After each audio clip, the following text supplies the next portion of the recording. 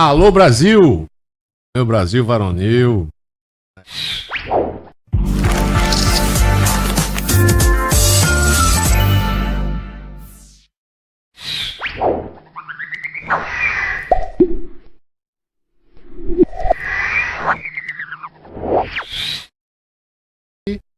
O Brasil em Manchete hoje, trazendo Joaquim, que é meu companheiro aqui da Rede Vox, o Voxcast, o nosso projeto Voxcast estamos dando andamento e trazendo outras atrações, agora na tecnologia da informação.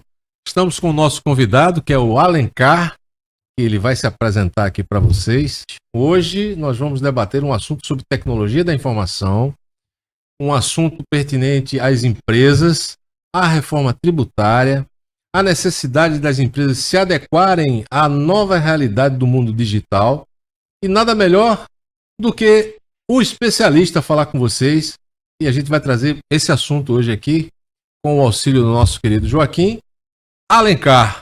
Tudo bem, Alencar? Tudo bem. Muito prazer em conhecê-lo. Prazer é nosso, obrigado aí pelo... Eu agradeço a oportunidade. Alencar, só se você chegar pertinho do microfone e se apresente, você que é um... O currículo é extenso, né? O currículo é tão grande que eu levei meia hora só lendo aqui, aí ficou difícil. Mas você é formado pela UFPE, pela antiga Escola Técnica Federal de Pernambuco também, e a especialização na área de informática, passou pela IBM, passou pelo Cobra. Pela Cobra ou pelo Cobra? Pela Cobra. É uma empresa de informática, não? Essa empresa existe ainda ou não? Existe, hoje ela é assim, vinculada somente ao Banco do Brasil, ela dá assistência técnica. Mas, Alencar, aos computadores do Banco se do Brasil. apresente para o nosso Voxcast. Tá bom, vamos lá. Veja, eu sempre vivi no meio da informática, tá? Desde os 20 anos. E a câmera da verdade é essa aqui, tá? Okay. Sempre vivi no meio da informática, aos 20 anos, eu estudei informática, inclusive, informática não, a linguagem de programação, chamada COBOL, né, que hoje nem existe mais, antes mesmo de entrar na IBM, e eu entrei na IBM em 72, tá? E era a época dos mainframes, aqueles grandes computadores que ocupavam o andar inteiro, né? Você vai bater a sua caneta aqui. Pronto. Ele só emitia relatórios, né? E a prestação, só os grandes bancos, governos e grandes empresas gigantes tinham condição de ter um computador em casa, né? A maioria das empresas fazia o quê? Contratava um birô de serviço. O que era o birô de serviço? A própria IBM era um birô de serviço, mas outras empresas alugavam um computador da IBM, né? E prestava serviços para as empresas, né? Então, gestão de estoques, folha de pagamento, contabilidade, como é que as empresas faziam? Elas mandavam aquele monte de papéis lá para o birô de serviço, né, em sacolas enormes mesmo, e lá no birô de serviço aquilo era digitado em cartões perfurados, e, enfim, era transformado em meio magnético, e esse meio magnético, fita, né, o disco... Esses são os primórdios da informática, né, no Brasil. Rapaz, enfim, era isso mesmo. E processava e devolvia os relatórios, né? Com o advento dos microcomputadores, né, e das redes de computadores, né, então houve até um movimento que foi chamado de downsizing, né, que era a redução redução da coisa toda, ao invés de um enorme computador que tinha até piso falso, enfim, era uma operação de guerra mesmo, para se ter uma coisa daquela. As empresas passaram a poder ter no próprio escritório um servidor com vários computadores ligados, interconectados, né, enfim. E aí os dados eram processados naquele servidor, não ia mais para o birô. Tá? Então ali mesmo os papéis da contabilidade, do financeiro, chegavam ali, o pessoal digitava direto na tela do computador, e daí esses dados eram processados, né? E gerados os relatórios que se queria, né? Foi nessa época que surgiu exatamente o conceito do ERP. É exatamente isso, né, que eu queria chegar. Como é que surge esse conceito? Explica aí para os nossos internautas, né? O que é a sigla ERP? ERP é Enterprise Resource Planning, tá? Ou em bom português, né? É um planejamento de todos os recursos da empresa, tá? Então você ter isso de forma planejada e processada de forma assim obter resultado desse processamento, tá? Então esse é o conceito de ERP. Isso inclusive surgiu na Alemanha por analistas que saíram da IBM e criaram lá na Alemanha e criaram um dos softwares famosos até hoje com esse conceito aí, tá? Então aí com isso os ERPs, enfim, passaram a ser acessíveis a várias empresas, né? Toda empresa passou a ter um servidor com microcomputadores ali, tá? Isso aconteceu assim muito legal até o ano 2000, 2002, 2004, por aí, 2005, vamos dizer assim, tá? Veja, nessa época você estava na IBM ou não, já Cobra? tinha saído da IBM há muito tempo, tá? Com o advento dos eu fui vender microcomputador, tá? Mas daí eu vi que, sobretudo os PCs... Você foi na onda do Bill Gates, é isso, né? Pronto. Quando eu vi os microcomputadores sendo vendidos em loja de departamento, eu digo, esse negócio não tem futuro mais, vender computador, tá? Com essa lógica, tá? Foi então que a primeira decisão foi sair da IBM para vender mini computador. Tá? Sim. Que já foi uma decisão assim heróica. Visionária, né? Minha mulher dizia, você tá maluco? Sai daí, a maior empresa do mundo. Eu digo, eu tô vendo que existe alguma coisa aqui, tá? E deu certo, muito certo. Eu fui para a Cobra, que é uma empresa que vendia mini computadores. Tá? Agora, Alencar, antes disso, tem uma historinha aí do Bill Gates com a IBM, né? Pode contar rapidamente aqui para os nossos... Posso, enfim, na verdade o Bill Gates, ele foi contratado, a empresa dele foi contratado pela IBM, tá? Para criar um software do PC que a IBM iria lançar. Olha só. O Personal Computer, tá? E tem um detalhe no contrato que foi assim a pedra de toque, que foi o seguinte: o contrato de prestação de serviços, né, não exigia assim exclusividade para a IBM, tá? Então havia uma abertura para que o Bill Gates pudesse eventualmente licenciar esse software para outras fabricantes, né? E isso passou batido, não sei porquê, né? E então a partir daí que o Bill Gates criou o Windows, tá? Então, na verdade, o antecessor do Windows foi criado para a IBM. Parece que era OS2 o nome do sistema, que era parecido com o Windows, mas que rodava no PC, tá? OS2. Acho que os estrategistas lá da IBM jamais imaginavam que alguém pudesse fazer um PC como eles, né? Enfim, é um caso a gente avaliar isso. Mas o fato é que com isso várias outras empresas começaram a fabricar o PC e usar o Windows, né? HP e outras. Então aquela história que o pessoal diz que o Bill Gates foi lá com a pastinha dele no braço, oferecer a IBM, não foi bem assim, né? Não, ele foi contratado para fazer. Tá? E o curioso é que ele não tinha o Windows pronto, não tinha nada pronto. Tá? Não tinha. Não tinha nada pronto. Tá? Ele foi, enfim. E ele conheceu, parece que uma moça lá que estava apresentando um projeto que era justamente o projeto do mouse. Não, me desculpe, não é exatamente assim não, tá? Quem inventou o mouse, acredite, foi a Xerox. A Xerox que fabricou o primeiro PC, tá?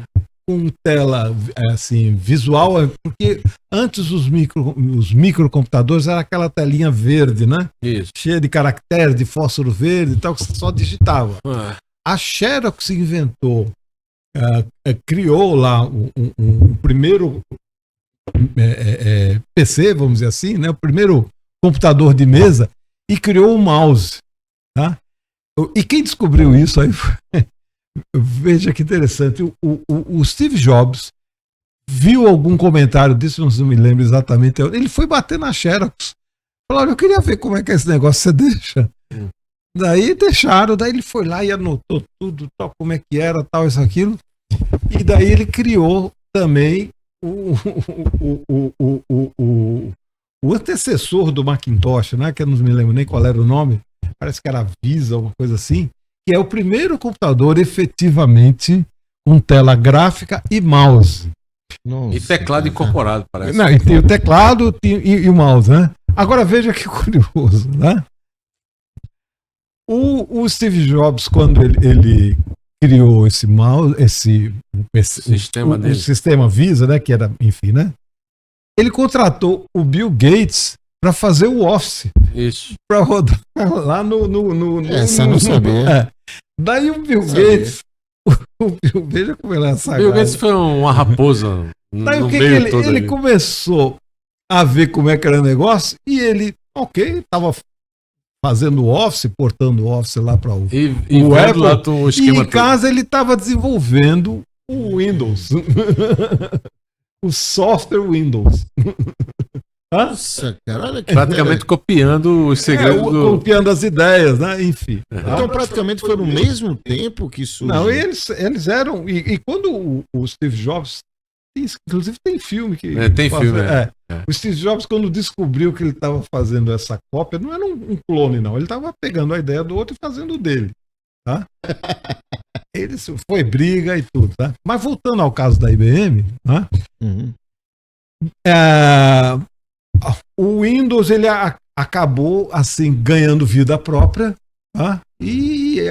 Tanto que a divisão de PC da IBM ela teve que se desfazer depois. E tem um fato curioso que eu gosto sempre de comentar, que está na internet, né? Não sou eu, né? Que o Bill Gates teria, ele diz que não, tá? Ele teria uma frase que ele diz assim, que todo mundo tem cliente, só analista de sistema e traficante tem usuário.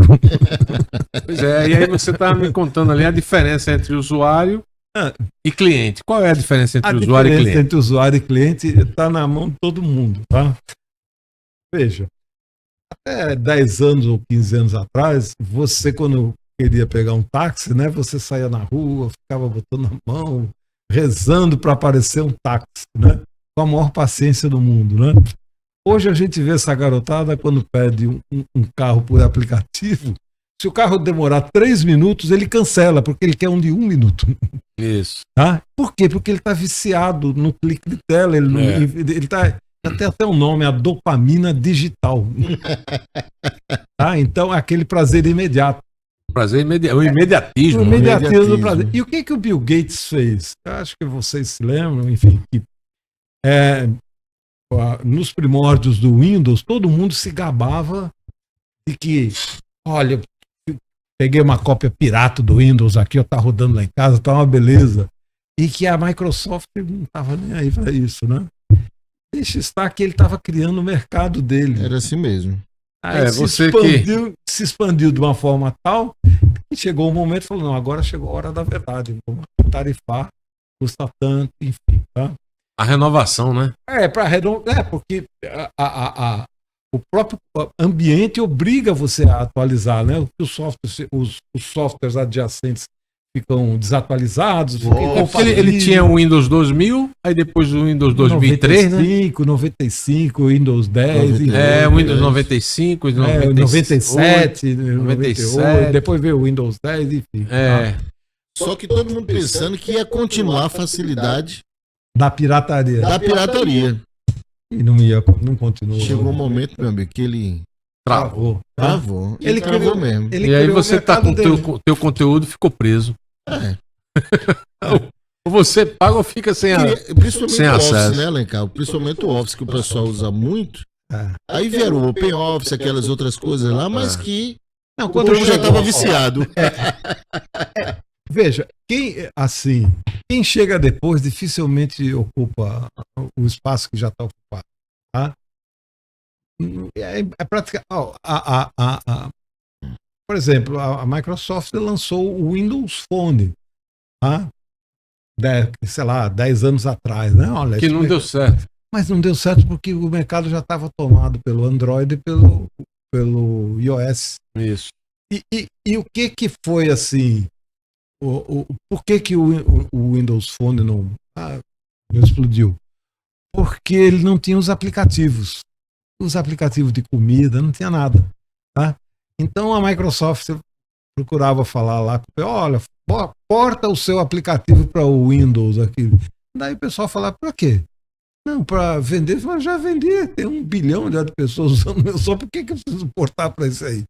Vou ter mais trabalho de desenvolvimento, para quê? Só para você vender o seu celular? Então, isso que eu falo sempre aí, trazendo para contexto do que a gente faz. Você fala, no caso, o código-fonte, é isso? Usar o código-fonte adequado para a plataforma Windows, enquanto você já estava trabalhando com a plataforma da Android. Não, veja, porque o que acontece? Por exemplo, qualquer software de aplicativo, desses que a gente usa, ou de comida, tá? Eles são portados para o smartphone, seja o iOS, seja o Android. Sim, tá? Mas aí, para ele poder se comunicar com a plataforma que está embarcada no celular, tem uma codificação específica. Tem até um nome, chama-se tecnologia de API, Application Program Interface. Tá? É exatamente toda a regra daquele, ou do iOS ou do Android, que permite qualquer um desenvolver um aplicativo para o celular, tá? Que é o sonho de todo garoto que estuda tecnologia. Tá? Veja a sacação quem inventou isso foi o Steve Jobs, que depois foi copiado pelo Android, né? Mas veja a sacação do Steve Jobs, tá? Ele, na medida que ele criou esse conceito, ele colocou milhões de programadores para trabalharem para ele de graça. Exatamente. Porque o sonho de todo garoto passou a ser criar um aplicativo para estar dentro e vender, enfim. Pois em meio a 1000 Exato. garotos que fizessem, vamos dizer que tivesse ali 600 bagulho, 400 era alguma coisa que prestava, né? Mas a ideia que assim, revolucionou, né? Revolucionou a própria origem, pode se dizer, da revolução digital. E daí, para que um aplicativo, né, ele rodasse também no Windows, tá? Então o desenvolvedor do aplicativo de comida ou de qualquer outro precisaria ter uma equipe dedicada a fazer esse porte do software dele para a plataforma Windows do Windows Phone.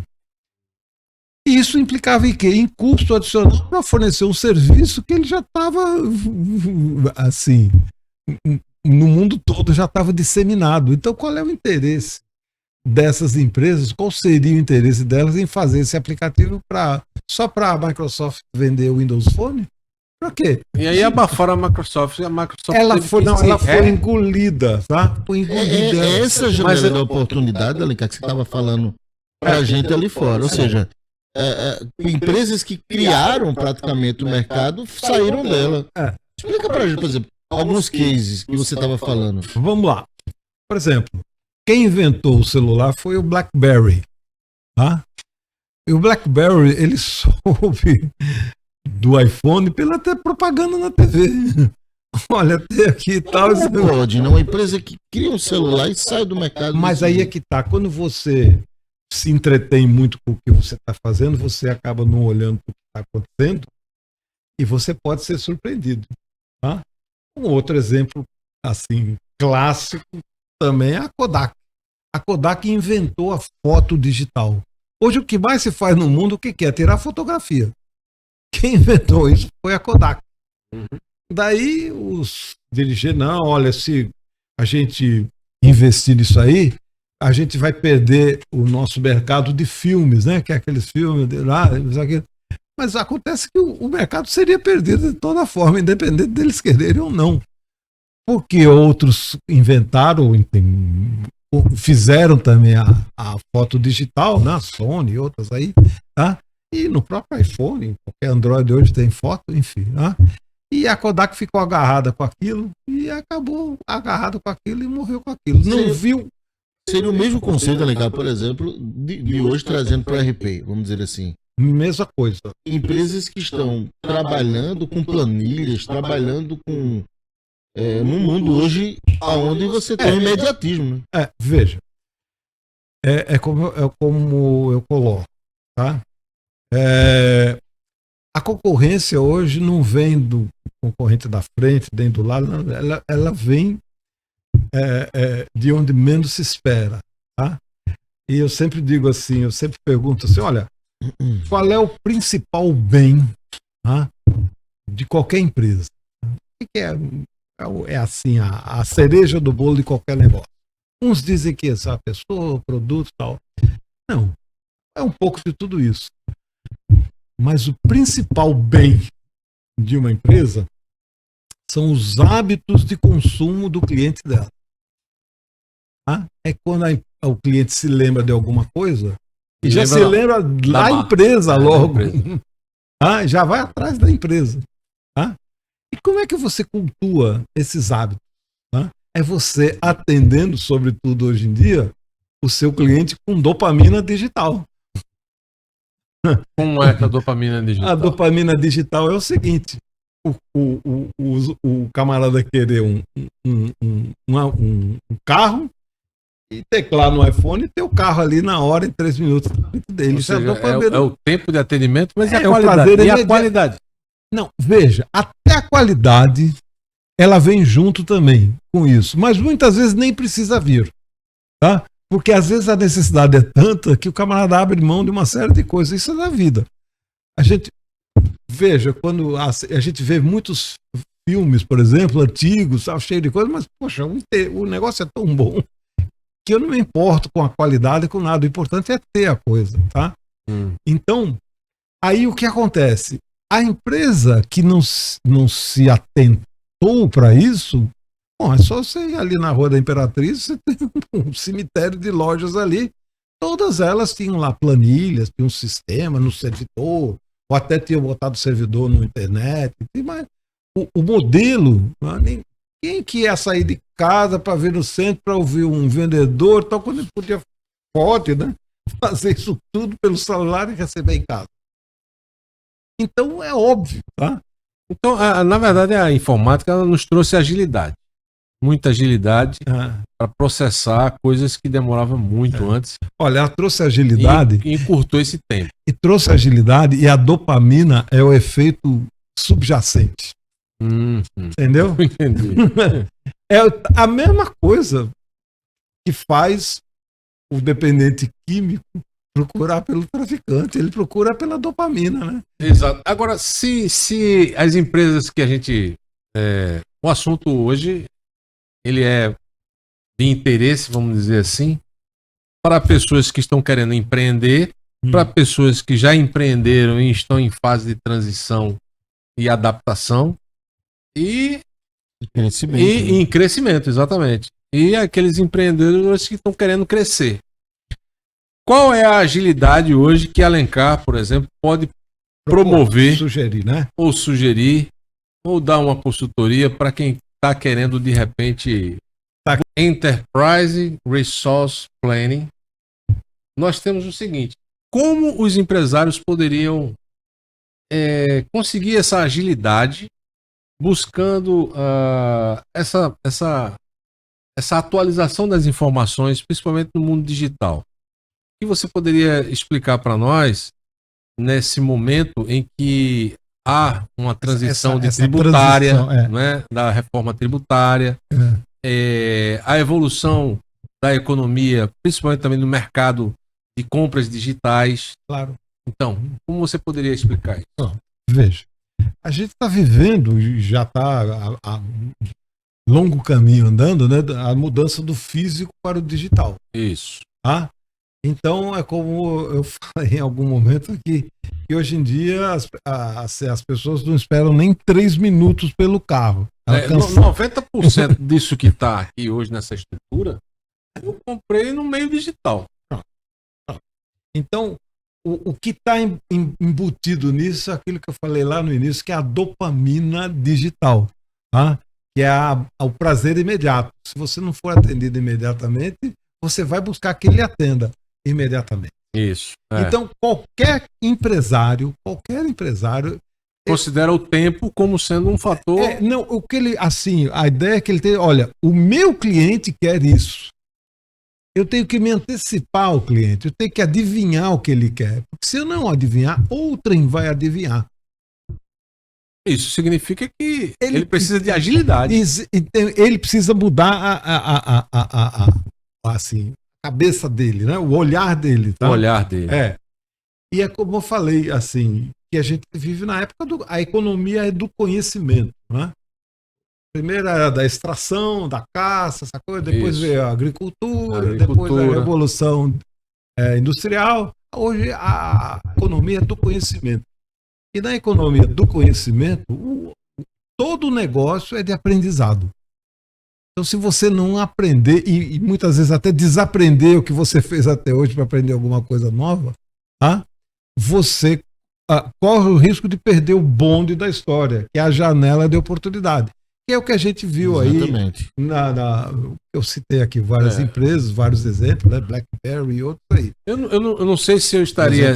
Eu não sei se eu estaria desviando um pouco. E se for o caso, a gente vai ter que marcar um novo Voxcast aqui. Mas é extenso. Mas eu só queria colocar só uma coisa com relação ao Japão. Por que o Japão colapsou em termos de expansão tecnológica? Porque tudo migrou para a China. Inclusive, fábricas famosas da China, do Japão, fabricam na China. Houve também esse momento em que o empresário, o empreendedor japonês, ele não mudou o olhar? Ou foi problemas mesmo de regionalização? Porque o Japão é pequenininho, né? Veja, outro dia eu vi até um podcast desse que eu achei muito interessante, eu não me lembro o nome agora. Enfim, quem estava falando, mas é cidadão, muito legal o podcast dele. Falou, olha, quem inventou a China foi o americano. O americano. Harry Kissinger. Não foi nem o Henry Kissinger, foi o dono do banco, parece que é do JP Morgan. Tá? JP Morgan. JP Morgan. Com o Nixon. Lembra que o Nixon foi lá fazer negócio de ping-pong, aquela coisa toda? Porque o Kissinger já foi depois, ele era o secretário de Estado, né? Mas veja, o que, segundo e eu acho que ele tem razão, esse historiador, ele disse, olha, foi negócio, porque toda aquela industrialização, aquela coisa que aconteceu na China, tá, teve como polo o JP Morgan. O JP Morgan ganhou bilhões e até hoje ganha com isso. Mas aí ele despertou um gigante. Não é? Enfim, aí o pessoal gostou da história, né? E aí, enfim, ninguém mais... Mas e o olhar japonês? O que aconteceu? Porque o Japão foi os anos 70 e anos 80. Aí os anos 90 já tá começando a ficar meio cambaleado e tal. Então marcas como Sanyo, Sharp, Sony, a China crescia 10% ao ano. Hitachi, Sony, tudo foi pro Nike. Qual? Nike. Não, a Nike não é americana. Mas Nike não é japonesa. A Nike, não. Falando de marca japonesa. Só marca japonesa. A Nike é americana e é fabricada na China. Aí é exatamente o projeto. Pronto, de empresas. Olha, eu não sou especialista em nada, né? Mas veja, observe, os iPhones são fabricados na China. Muito dos Samsung são fabricados na China. Tá? Então, assim, o pessoal aprendeu a fazer as coisas. Tá? Eu não sei se procede essa história que eu vou contar, não, mas eu li de uma empresa de ônibus, né? Aqui do Brasil, que foi abrir uma indústria lá na China, né? Uma unidade, né? E daí ele notava que os empregados chegavam de manhã com meio sonolento. Poxa, o que houve? Né? Daí ele botou um cara para seguir os caras. Né? Os caras saíram lá na indústria dele e iam para uma outra indústria chinesa para aplicar tudo que tinham aprendido na outra, copiando tudinho, a tecnologia dele. Exato. A China faz até Ferrari de fake. Então, Que absurdo. Isso eu não sabia, não. Entende? Até a Tá Ferrari. vendo aí, ó? Ó, o nosso Zorro ali. Entende? E o chinês faz tudo. Ah? Enfim, e outra coisa, lá tem gente pacas, né? Então, eles buscam o que fazer. Quer dizer, os caras não dormiam, né? Dormiam 1 hora por dia, 2 horas. Exato, até quando o cara acordou, já não precisa mais da sua fábrica, não tem aqui a nossa aqui. Aí de repente, não, a empresa tal saiu da China, mas aí ficou a tecnologia, né? Essa reclamação de royalties, de direito autoral, é a maior briga que existe dos Estados Unidos com a China.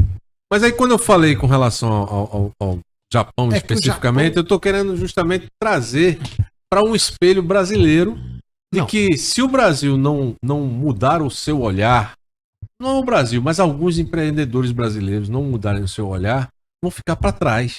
Porque assim aconteceu com algumas grandes empresas tradicionais do mercado brasileiro e quebraram, né? E por quê? Às vezes é mudança de estrutura e liderança familiar, né? Não... Tem vários fatores, né? Assim. Casas Pernambucanas, por exemplo, que era tem várias americanas que tá aí na hora da venda. Mas eu acho que Americanas a situação é um caso totalmente diferente. Eu pegando essa sua pergunta, Nil, e aí eu colocaria para Alencar também. Alencar, hoje, quando aquele pequeno empresário, Dona Maria José que fabrica coxinha, que vende, né?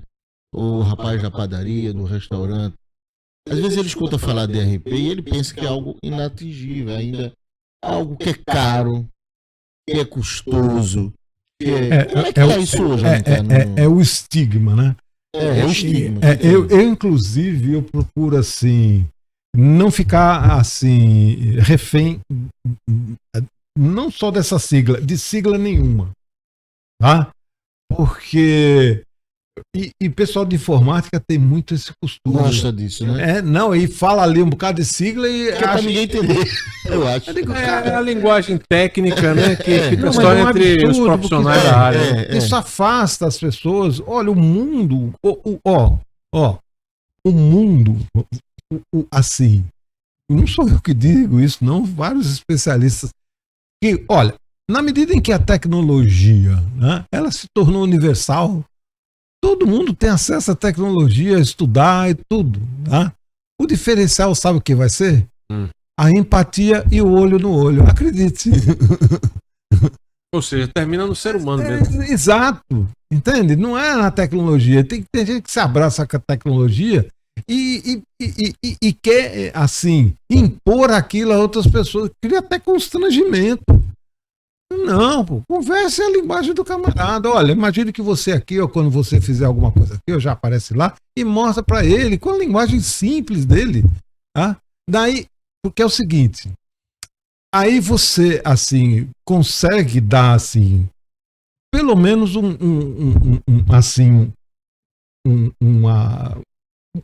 alguma reflexão, poxa, alguma coisa está acontecendo.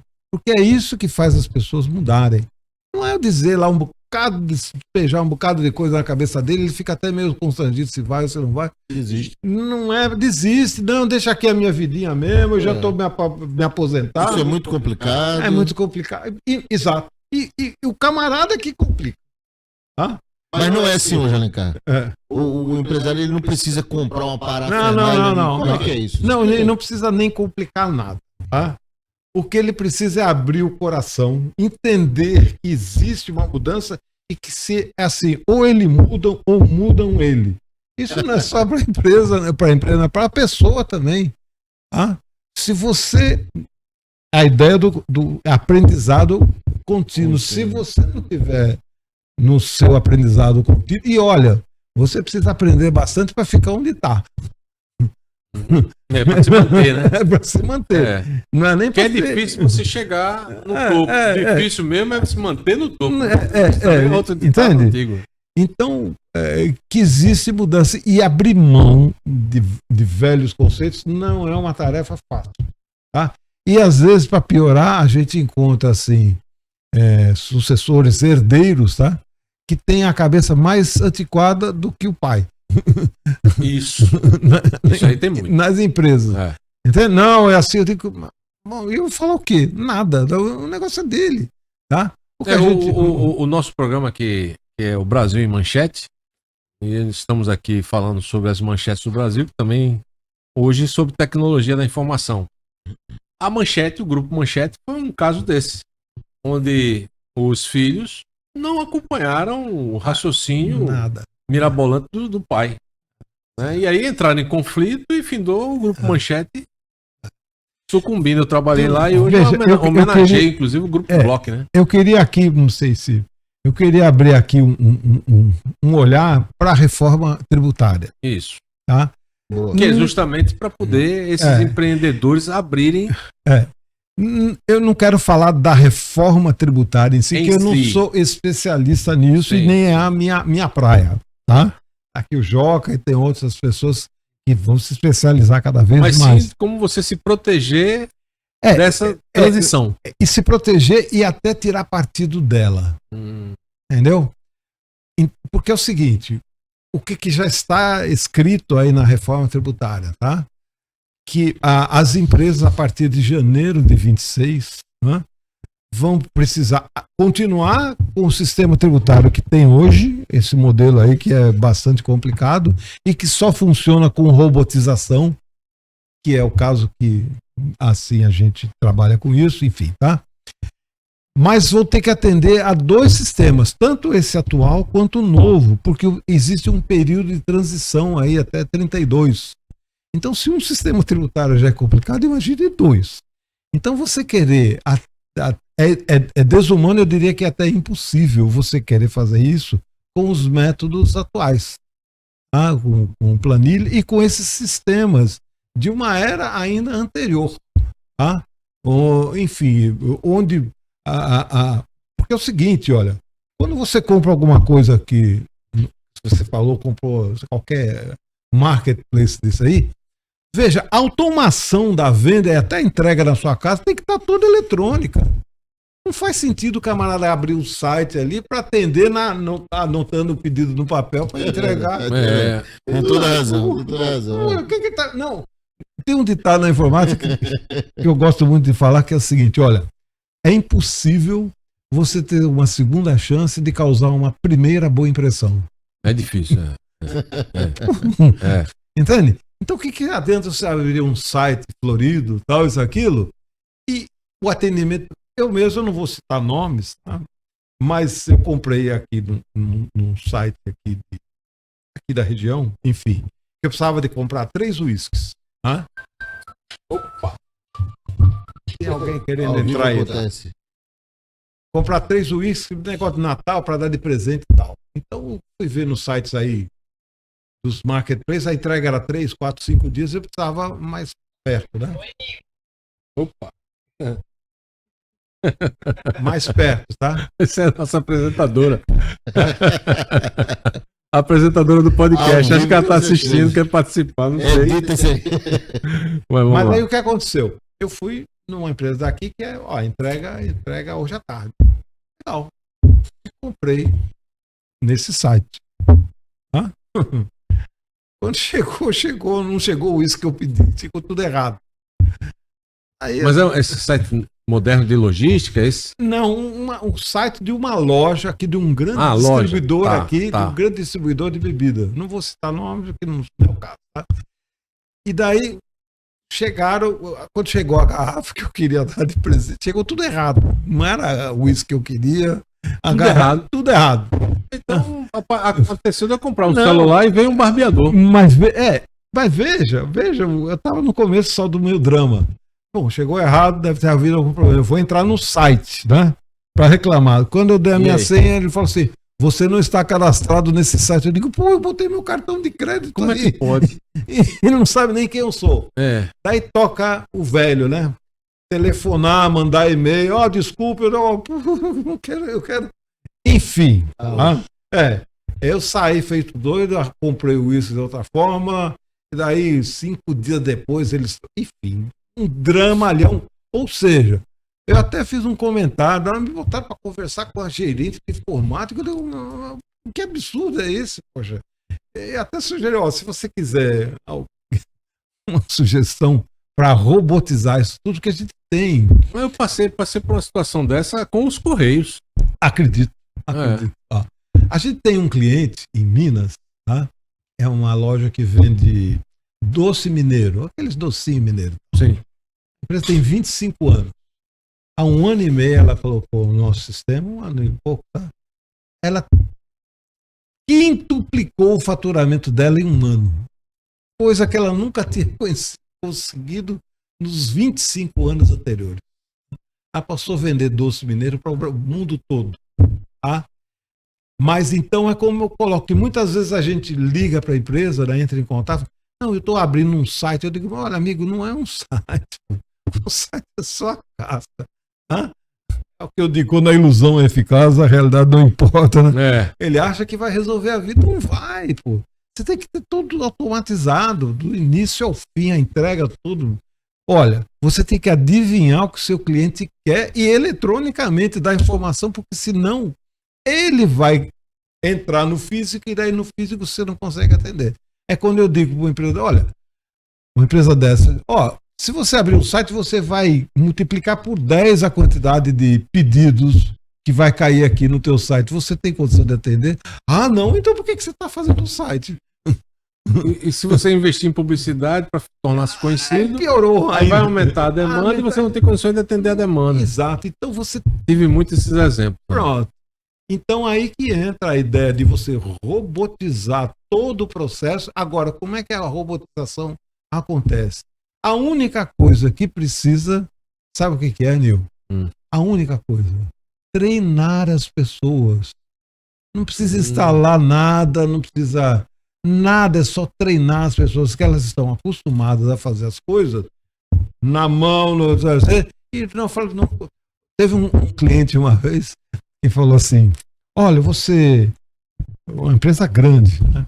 Olha, você vai falar da sua solução aí para os meus funcionários, depois eles vêm aqui me dar o parecer deles para eu contratar. Eu digo, eu não vou.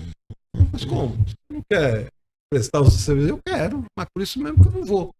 Como assim? Digo, olha, imagine, quantas meninas você tem ali no financeiro para fazer conciliação bancária? Ah, eu tenho 3 meninas ali. Daí quando elas perguntarem para mim como é que é a conciliação bancária, como é que faz? Eu digo, você faz não fazendo, que o sistema faz isso sozinho. Como? O sistema tem um robô que entra dentro da conta bancária, captura o extrato de conta, o retorno da cobrança, concilia, mostra o saldo aqui para você, tá pronto.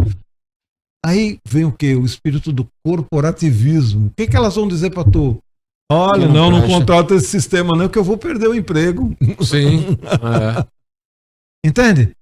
Eu falo, é assim, eu digo, amigo, essa decisão tem que vir de cima para baixo. A decisão tem que ser, a primeira pessoa a mudar tem que ser você. Não delegue isso, não. Ou se você não se sentir em condição, delegue, mas delegue com poderes. Não é aquela delegação faz de conta, né? Ah, não, na hora eu vou ver. Não, entende? Que mudou a cabeça totalmente. E essa complexidade dessa reforma tributária, voltando para esse assunto da reforma tributária, essa complexidade de simplificar. Vê, eu estou usando até um termo contraditório, né? Complexidade de mudar para a simplificação. Mas é como tudo, tá? Porque a questão não é que é ser mais simples ou menos simples. A questão é só a mudança.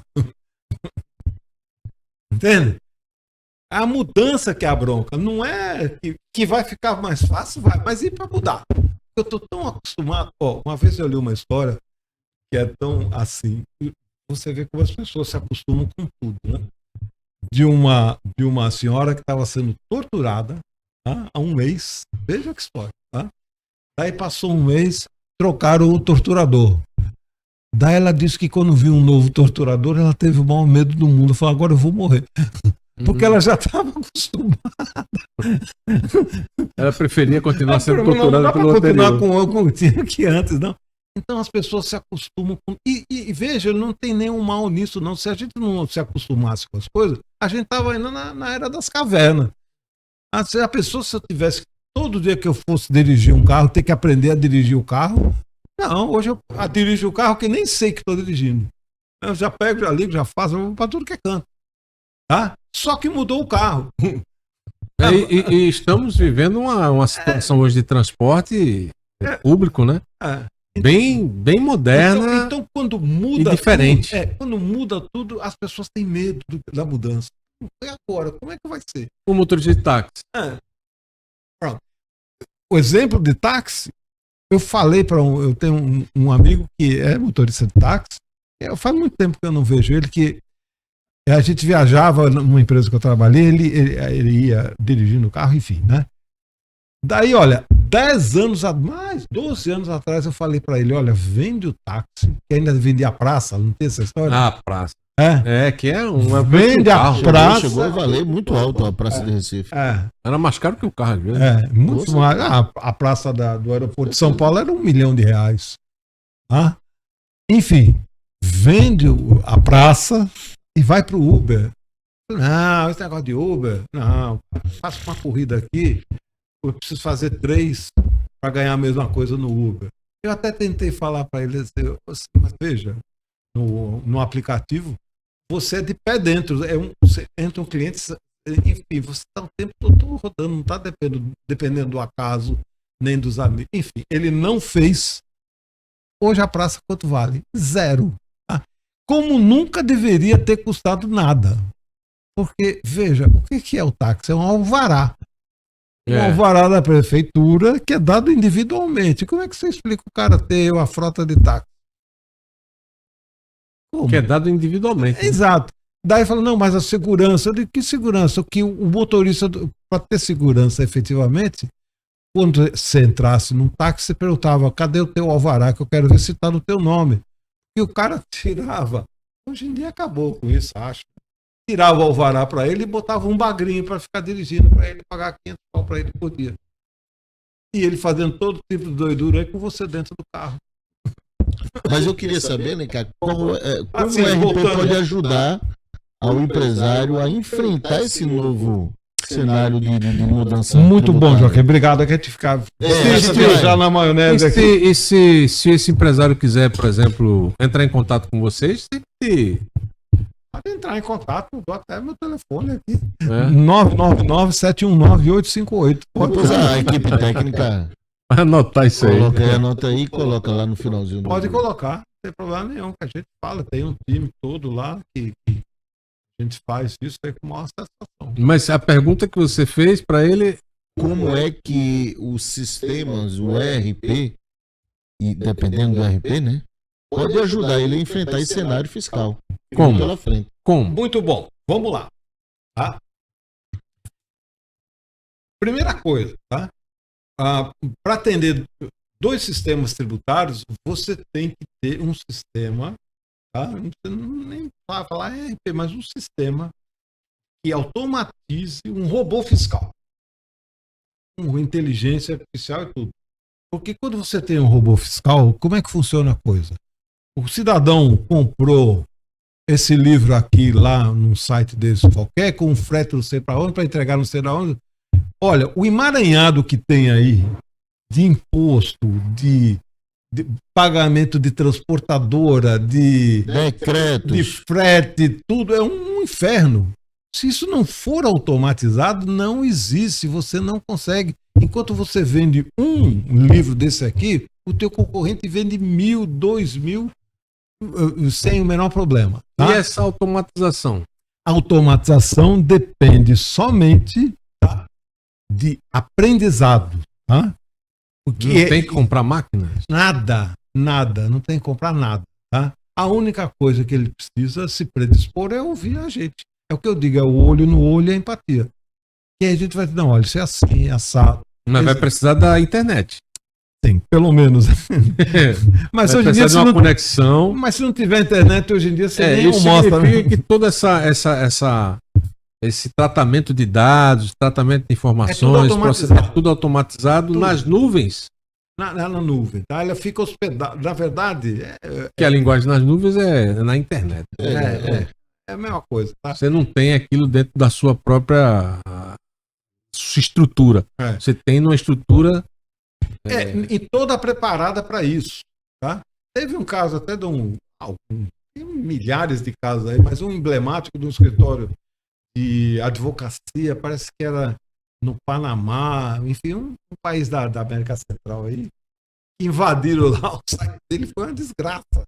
Tá? Mas você me lembrou de uma coisa, Alencar. Por exemplo, passamos recentemente agora um apagão de internet. Eu ia até... Você falar isso? Ver. E me veio, ou seja, aeroportos, pararam, exatamente.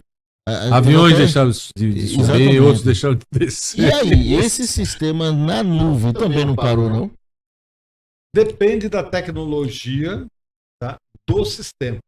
Se você se dedicar um pouco mais a pesquisar esse apagão, tá, ele não alcançou ele só alcançou os sistemas baseados em Windows. É o quê? Quem tá dizendo Eu ia falar isso também, eu ia chegar nesse assunto, cara. Porque o assunto é vasto, eu entendeu? estou dizendo aqui, não sou eu que estou dizendo, não. Está no noticiário, tá? Só os sistemas em... Você sabe dizer por quê? Olha, veja, aí enfim, é um pouco demais. É puxar, né? Um pouco mais. Mas puxar, né? existem algumas coisas assim que a gente pode... Bem, ele talvez não possa dizer, mas eu posso. Você pode. Bem, pelo menos é o que eu conheci dentro do curso que eu fiz de. Não, noticiário não. Dentro do meio da tecnologia da informação. Se eu estiver com algum engano na informação, você pode até retrucar aí, porque você é mais experiente. Mas eu ia perguntar, dentro da nossa conversa, sobre a questão. Falamos da Microsoft, mas não falamos do Linux, que é um sistema colaborativo, né? O Linux não foi afetado, e nem o ambiente da Apple também. Exatamente. Só que o que se conta no meio da tecnologia de informação é de que o Linux ele não tem ataques por ele ser um código aberto, e enquanto o Microsoft é fechado. Ele tem uma rentabilidade específica para o Bill Gates. Enquanto o colaborativo é mais dividido essa. Então, quando um hacker quer fazer um ataque, ele sempre vai no Bill Gates, ele não vai na comunidade. É onde tem. Tá? Seria isso? Agora, eles. Observe, tá? Uma coisa que, veja, só uma inferência, tá? Uma ilação até, tá? Veja, uma ilação de natureza conceitual, tá? Vamos lá. O iOS, o software da Apple, só roda em computadores Apple. Isso. E em iPhone, Apple, tá? O Windows roda em qualquer fabricante. HP, Dell, aí tem porradas. Entendeu? Então, eu acredito, é só uma ilação, eu digo, tá? Que por conta disso, eu digo, eu não sou especialista em nada, eu sou só mas curioso. tem uma certa lógica, né? Entende? O iPhone, o ambiente da Apple é mais inexpugnável. A gente não vê falar de vírus em ambiente Apple. Porque ele é o fabricante e é o fabricante do seu próprio software. De tudo. A Apple tem até a loja que vende Apple é da Apple. É de fio a pavio. Tá? E já é fechado para que outras pessoas... De ponta a ponta é mais difícil, já porque para ser licenciado para vários fabricantes, evidentemente, o fabricante abre o software para cada um deles. O seu software foi afetado? O software que você... Não. Nem sombra. Nem sombra. Inclusive até a questão de LGBT, essas coisas todas, está plenamente assim, sempre atendido, porque é o seguinte, 1 milhão de usuários, você não pode vacilar. E outra coisa, tá? 1 milhão de usuários, eles são, ao mesmo tempo, o nosso próprio laboratório. Existiam, quando eu estava no curso de tecnologia da informação, há 14 anos atrás, existia o seguinte, uma estratégia de uma empresa de dados de manter a segurança dos seus com bancos em diferentes regiões. para que se um ataque, vamos dizer assim, Olha, de guerra, vamos lá. Um bombardeio fosse aqui, ele tem isso aqui funcionando. Deixa eu te dar um exemplo emblemático disso aí, tá? Que são as torres de Nova York. Tá? Tinha uma empresa de seguros que tinha um data center numa torre e o backup na outra torre. Caramba, cara. Acabou. Inclusive as fitas dele, tudo. Acabou. Pois é, mas aí não obedeceu isso que eu tava falando, né? Não, é isso que eu digo, pra assim. Porque se o cara tem um data center... Sem redundância. Agora, se ele tem em São Paulo, ele tem que ter outro no Ceará, em Pernambuco. Vamos lá. Totalmente longe. O ambiente de nuvem, tá, no qual o software foi concebido e ele fica hospedado e disponível, tá? Ele fica na maior rede de nuvem do mundo. E tem pelo menos uns 40 data centers espalhados pelo mundo. Na África, nos Estados Unidos, na Austrália. Pode ter guerra, pode ter evolução, tsunami, tudo que o nosso cliente não sai do ar. Tá? Isso é um elemento clássico, inclusive, que a gente coloca. Essa é a filosofia de trabalho da empresa que você tem a franquia. Exato. E essa é a segurança que você pode passar para quem puder fazer o que a gente qualquer tipo de trabalho que envolva seus dados importantes, né? Exato. E esse conceito exatamente traz essa segurança e, ao mesmo tempo, o fato de ser um software único que atende milhões de usuários, tá? Ele tem exatamente o mesmo conceito de API que eu te falei. Tá? A gente tem até uma store onde tem aplicativos já integrados ao sistema para automatizar restaurante, para automatizar clínica, para automatizar distribuidoras, indústrias. Então, essas soluções que você está apresentando, e aí eu volto a insistir mais uma vez. E o que aconteceu no Rio Grande do Sul? Empresas que estavam ali e enfrentaram aquele dilúvio, né? Aquelas que têm esse tipo de tecnologia que você oferece estão se resguardando, né? Os nossos clientes nem levantaram a sobrancelha.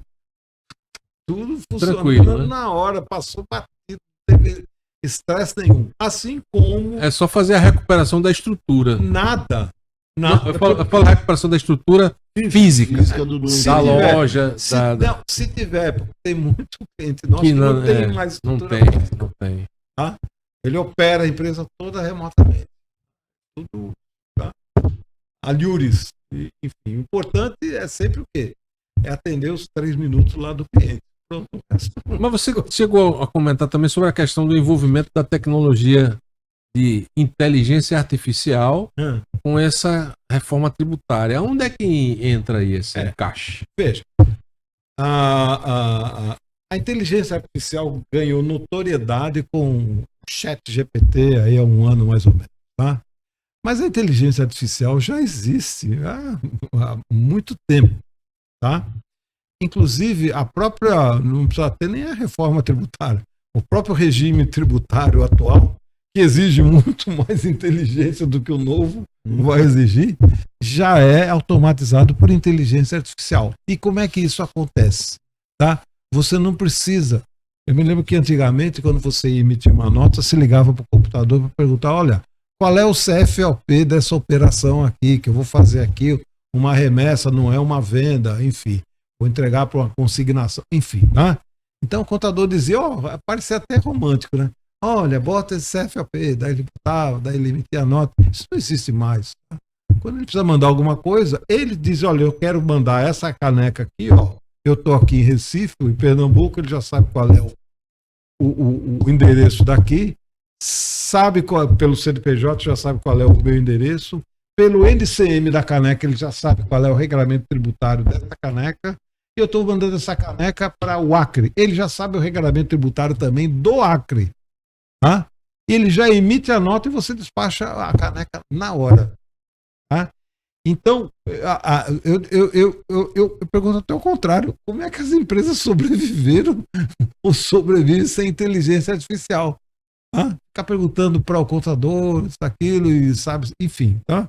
Não existe mais isso. Ou você faz a coisa de forma robotizada, ou você fica ali, feito as lojas ali da Rua da Imperatriz, com todo respeito ao pessoal da Rua Nova, que é um cemitério de lojas. Tá? E não é porque, enfim, quem é que vai sair lá de, sei lá, de qualquer bairro para vir aqui para comprar alguma coisa? O vendedor às vezes não sabe, para emitir a nota é uma complicação. Para quê? Isso tem tudo ali no botão. Por isso que eu digo, se você tiver a sua loja dentro do que a gente oferece, você não só vai atender, como você vai ganhar muito mais clientes por causa disso. Esse cemitério de lojas que você comentou da Rua Imperatriz, Rua Nova, se deve mais ao e-commerce ou aos shoppings? Não, pelo contrário, dos Estados Unidos até tem shoppings fechando. É fundamentalmente o e-commerce. E o que se faz então com ruas comerciais como essa? É isso que eu ia entrar agora, porque tem uma dicotomia, Alencar, aí, que é o seguinte: a empresa se modernizando, né, pelo que você nos fala, e eu acho que com muita propriedade, quando você fala que a empresa não pode deixar a janela de oportunidade passar, ela vai se modernizar, com certeza, integrando o departamento. Ela vai ter, talvez... Integrando a operação. Operação, exatamente, de ponta a ponta, né? De ponta a ponta. Possa ser que em algum momento essa operação vá precisar até reduzir mão de obra. Essas pessoas, né? E é normal na revolução. Você ter profissões que sumiram, outras profissões que não. O que é que você diz para essas pessoas? Ótima pergunta, tá? Na verdade, é o contrário disso. Tá? A automação vai tirar o emprego de coisas que as pessoas não precisam mais fazer. Mas o conhecimento que elas têm de fazer aquilo torna-se um diferencial monstruoso para ela saber como isso pode ser feito por intermédio de um robô. Porque daí sim, ela, ao invés de atender um cliente ou uma coisa, ela atende 1000. Tá? Porque, enfim, assim, a pessoa que sabe qual botão apertar, essa tem um valor incalculável. Até nesse universo que você colocou, Nil, da reação das pessoas mais tradicionais, e não estou fazendo nenhuma crítica, e assimilarem alguma coisa nova. Entende? Então, contrata. E a gente tem... Porque esse exemplo que você deu até da conciliação bancária, né? Você tem 3 pessoas fazendo a mesma coisa, de repente, com a robotização, e aí pode surgir uma vaga em outro departamento que até então não se tinha tanta demanda, vai passar a se ter. Eu acho que é normal essa acomodação. Eu acho que o diferencial é a pessoa estar aberta para o conhecimento. Para aceitar coisas novas. Isso. Por mais absurdo. Como diz o Steve Jobs, que eu gosto sempre de citar ele, assim, ó, maravilhoso. Somente os doidos que dizem que vão mudar o mundo são de fato os que mudam o mundo. É verdade. Acho que Nietzsche foi um desses doidos, né? Também. Os trabalhadores foram quebrar a máquina a vapor na Revolução. O Henry Ford conta que fizeram uma pesquisa quando começou a lançar o carro, o que o povo achava de como melhorar o transporte. Falaram, a gente devia ter cavalos mais rápidos. Foi por isso que colocou 500 cavalos, 200 cavalos, 150 cavalos. Eu acho que foi uma análise de marketing. Né? Porque a pessoa sempre traz a referência do que ela tem. Ela não consegue. O novo vem de fora, nunca vem de dentro. Para encerrar, nós já estamos terminando nosso podcast. Tem muito assunto. Nosso Voxcast. Vamos ter que marcar uma segunda etapa aqui, de repente, e a gente continuar esse lance de tecnologia da informação. Não tem fim, não, cara. É sempre né? Atualizando. Internautas vão também. Sem falar. Oi? Os nossos internautas vão poder também, ao vivo, quando a gente estiver fazendo quando estivermos fazendo exatamente uma interação, uma participação mais interativa, estamos ainda estruturando isso. Mas assim, o assunto sobre informática ele é vasto, ele está sempre se modernizando, se modificando. Né? Eu, inclusive, estava estudando linguagens, né? Chegou um ponto que eu parei. Eu não vou ficar estudando mais isso aqui, porque quando eu aprendo, aí só, essa linguagem não existe mais, não. Quando você aprende as respostas, mudam as perguntas. Exatamente. Aí quando eu não, beleza, agora eu aprendi essa linguagem aqui, eu vou me dar bem. Aí quando você, não, a linguagem não é mais essa. É qual agora? É essa outra aqui. Aí eu, tá, beleza, eu vou estudar essa. Aí quando você termina de estudar, já não é mais ela. Isso aí já trouxe também uma outra paranoia, que é o FOMO. Sabe o que é o FOMO? Fumo. Não, é FOMO. Leva fumo. Que é uma sigla que o americano inventou, que é assim, ó. É Fear of Missing Out. Que é medo de estar por fora do que está rolando. Então você investe muito tempo, mas, pô, será que esse negócio aqui vai vingar mesmo? Então, daí ele para, enfim, não sabe se vai, se volta, enfim. O que fazer? O que fazer? Não há como se negar que tem uma boa dose de sorte. Eu mesmo tive muita sorte. Eu tava assistindo um podcast, sabe de quem? Eu acho que você deve conhecer, Max Geringer. Sim, conheço, é bom. E Max Geringer estava entrevistando um cara da área de tecnologia de automóveis, mecânica e tal, engenharia. E eles falaram do primeiro carro que eles compraram quando começaram a vida profissional, ganharam o seu primeiro salário, melhorou um pouquinho de vida, comprou um carro. E eles compraram um Passat, né? 76, 77. Aí o cara falou que o motor do Passat era 1.6, que era considerado um carro fantástico, né? Sempre realmente ficou na história, né, o Passat. E ele falou que o carro tinha 85 cavalos, né? Um motor 1.6 e era considerado um carro veloz e tal, né? Mas isso é besteira porque ele falando, né? Mas isso hoje é besteira porque um carro 1.0 hoje tem mais de 85 cavalos. Mais. É essa mesmo. Carro 1.0, né? E eu fico realmente impressionado quando eu vejo esse Virtus da Volkswagen. Não estou fazendo propaganda não, mas é o Virtus mesmo, que é um carro grande. Com motor ele tem uma estrutura grande e o motor dele é 1.0, cara. E voa abaixo. É impressionante. Então isso aí é evolução.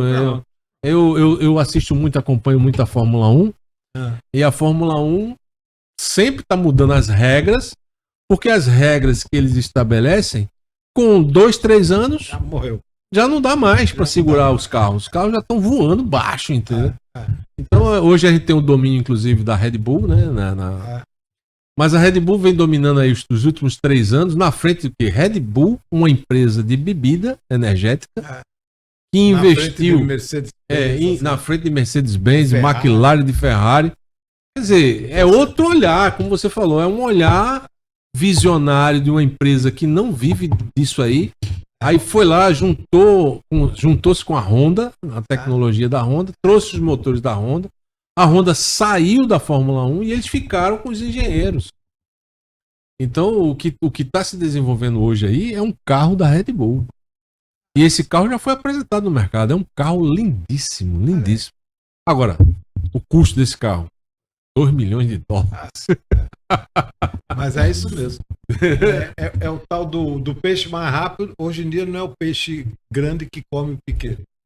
É o peixe mais rápido que come o lento.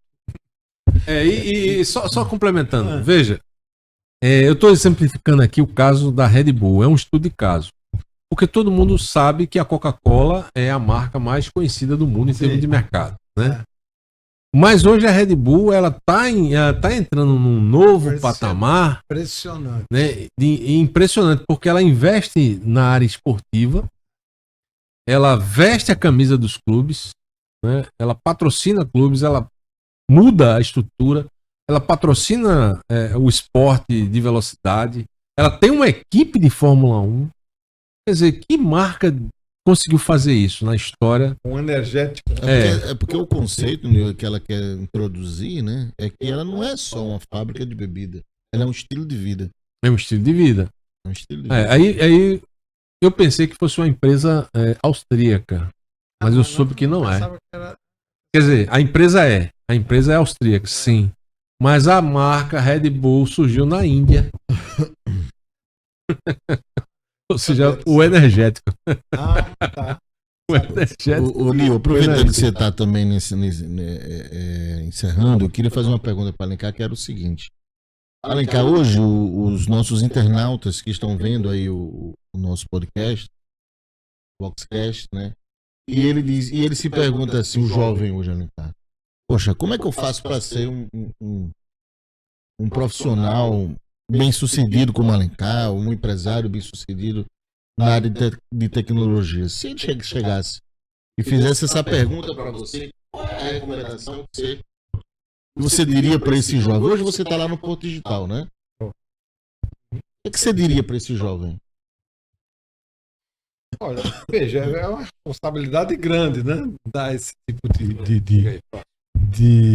Com base na sua experiência, tudo que você viveu. Mas eu voltaria sempre às origens, tá? Não perca a noção da empatia e do olho no olho, tá? Para entender o que as pessoas queiram e ver de que forma você possa até surpreendê-las, tá? É evidente que eu diria que estudar hoje em dia é o mais fácil, né? Porque a tecnologia está disponível para todo mundo.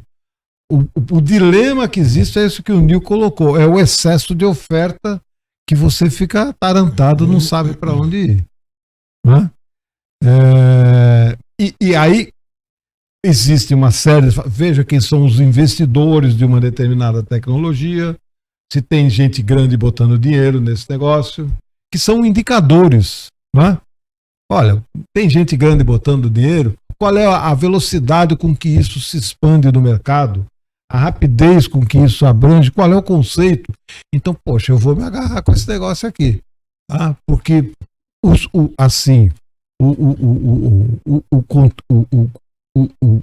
todo desse negócio dá um indicativo de que aqui tem coisa, tá? Agora, de qualquer forma, sempre existe uma boa dose de sorte. Não há como negar isso, tá? Mas, porque é o seguinte, para quem estuda tecnologia hoje, tanto faz estudar qualquer enfim, tá tudo aí. É só querer, tá? Uhum. E muitos têm vontade de querer. Então, o que eu sugeriria é isso, assim, olha, veja aonde você está amarrando o seu... Você tem que, na verdade, eu trabalho também com saúde mental. Eu acho que para um jovem descobrir qual caminho tomar, seja ele da tecnologia, da engenharia, da medicina, ele tem que se autoconhecer primeiro, tem que saber alguma coisa sobre si próprio para que ele não possa bater de frente com um assunto que de repente ele acha que tá na moda e tal. Aí eu vou embarcar nisso aqui. Esse jovem aí quando eu embarco a carreira, entendeu? Aí ele se embarca naquilo ali e de repente no meio do caminho ele diz, pai, não é bem isso que eu tava querendo. Aí desiste, aí se atrasa, ainda vai descobrir outro caminho e tal. Tem gente que já fez faculdade de medicina e aí quando tá para se formar desiste e começa tudo do zero de novo, vai ser músico, vai ser filósofo, né? Ou a gente que também entra na área do direito, né? Que é um curso belíssimo, né? E aí chega, nunca exerceu a atividade da advocacia. Enfim, é isso que eu às vezes me preocupo, né? De um jovem saber o que realmente dá para ele. Se bem que hoje a pressão da sociedade é tão grande hoje para você ter uma renda que comporte a sua família, que comporte a sua sobrevivência. E aí o que chegar tá dando, tá valendo, aí o cara vai e se perde, né? E a pressa com que as coisas vão acontecendo hoje em dia, né? É o que a Alencar falou, ou seja, o tempo virou uma coisa de louco, né? Você tá dando consultoria junto com A gente tem, assim, um trabalho. Tem uma sim. interação aí, né? Tem, É sim. porque ele cuida da parte, assim, ajuda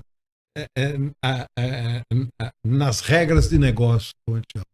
O que é a contabilidade, como é que é a conta a receber, a pagar, como é que isso aqui se relaciona com aquilo, tá?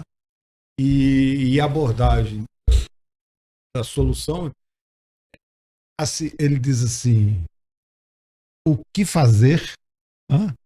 E eu digo o como fazer dentro da solução. Alencar, muito obrigado pela sua participação. Muito bom, Suas muito considerações Eu finais, que agradeço. tá aí certo? pela E a gente oportunidade. vai marcar aí um segundo tempo Por favor. pra gente falar sobre inteligência artificial, É, beleza? porque é muito grande, é muito extenso. É. E aí você vai poder expor os perigos, As questões filosóficas, né? as questões filosóficas e as grandes vantagens de você incorporar a inteligência artificial. Por que eu falei perigo, né? Porque eu acho que em tudo tem o perigo. Se você Não. tomar água demais, você fica doente. Se você tomar cerveja demais, também fica difícil. Comer demais também, e não comer também. Quer dizer, tudo tem que ser uma dosagem. E se você acreditar demais na inteligência artificial, você pode também se dar mal, né? Não se encanta demais pelas coisas, não. Então, Alencar, fica aí as suas considerações finais. Obrigado mais uma vez aí, Alencar, Nil, reforçando aí, né? A sua paciência, a sua disponibilidade de ter vindo aqui. E acho que foi muito esclarecedor, né, Nil? Pelo menos as pessoas que não sabiam, acho que de metade do que foi dito aqui, né? E Alencar, deixar aí, você pode deixar o seu contato, deixe como é que as pessoas podem entrar em contato com você para ter acesso a essas informações que você disse aí. Como você é dos primórdios, você falou aí que dos primórdios da informática, você tem Instagram? Tem. Então, diga aí seu Instagram. É @AlencarERP. Alencar ERP. Alencar ERP. É o meu Instagram. Que é Enterprise Resource Planning. Planejamento dos recursos da empresa. Com Alencar. Tá certo? E o telefone? 999-719-858. Pernambuco, 81. Pernambuco 81. Valeu, Alencar. Grande abraço aí. Valeu. Ok, eu que agradeço aí pela oportunidade. Valeu, Alencar. Valeu. Obrigado aí. Pessoal, a gente fica por aqui hoje no Voxcast. O Brasil em Manchete hoje foi esse assunto sobre essa variedade sobre tecnologia da informação, a reforma tributária, a inteligência artificial, a presença do Alencar, a colaboração do nosso amigo Joaquim, trazer o Alencar aqui para esclarecer essas informações. Quem tiver dúvida pode colocar lá. Pode colocar, pode. A gente vai fazer o seguinte, nós vamos publicar o nosso vídeo e o vídeo vai ser compartilhado, né, com todas as pessoas e vai estar lá no final do vídeo. Você assiste o vídeo e no finalzinho vai aparecer aqui o telefone de contato, o telefone, o Instagram do Alencar e aqui também o nosso contato aqui do Voxcast. E se você tiver realmente, se você for um especialista ou for um curioso, como ele disse que é curioso, né, para explicar assuntos interessantes do que está acontecendo no mundo hoje, vem para cá, vem aqui no Voxcast e a gente faz aqui o Brasil em Manchete. Valeu, grande abraço. Boa noite, tchau, um abraço. Brasil Varonil.